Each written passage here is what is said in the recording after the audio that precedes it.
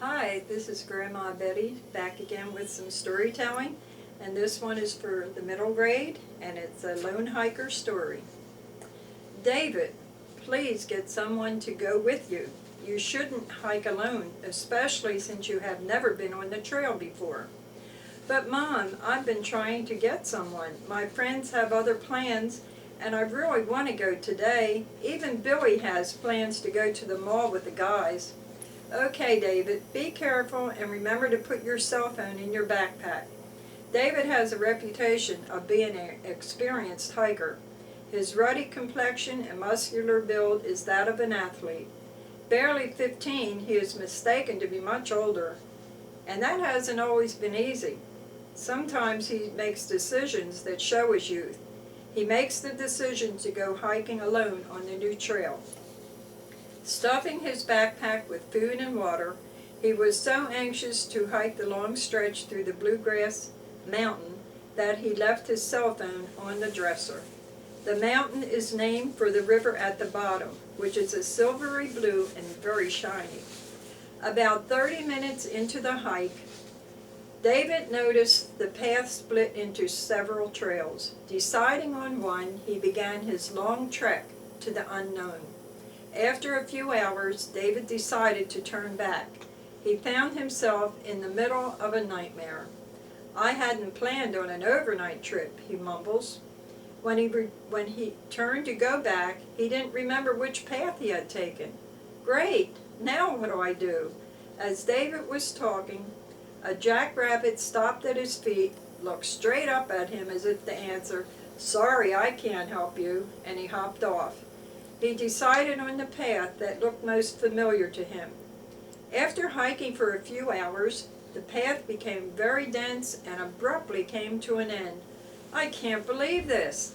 The other path has to be the right one," he blurted out loud. Suddenly, David lost his footing and tumbled several feet down an embankment and into a ravine. He heard a hissing sound and spotted a snake just a few feet away. "Oh no, a rattler! I have to stay calm. One quick move and it will strike."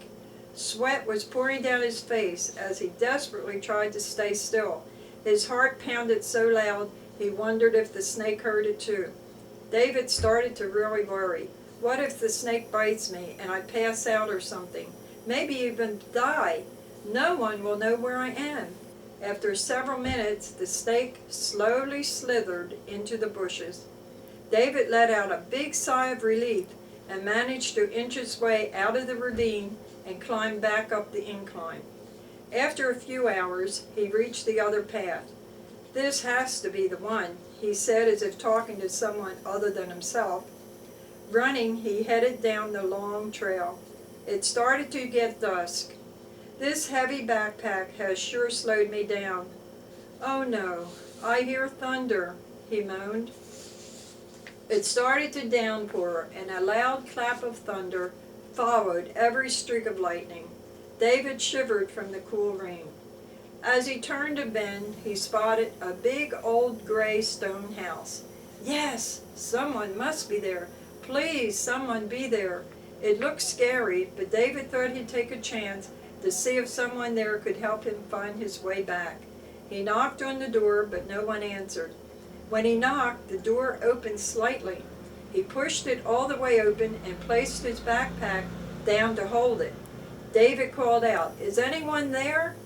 No one answered, so he quietly entered the house. He glanced around as he walked down a long hall. When he stood in the doorway of one of the rooms, he heard thumps and bumps. David went from room to room to see where the noises were coming from. Suddenly there was a loud bang and a shrill scream. David ran down the hall and out the house. He didn't stop running for several minutes. When he did stop to catch his breath, he noticed his backpack missing. "I have to go back. My flashlight, food, my first aid kit, everything's in my backpack." Running fast, he reached the house and noticed the door was shut and his backpack missing. "Someone must be in there. They have my backpack and I'm going to get it back." David sounded brave but was visibly shaken. He walked slowly down the rickety steps to the basement. It was pitch dark down there, so he scooted back up the stairs. He would glance into each room and ask, "Is anyone in here?"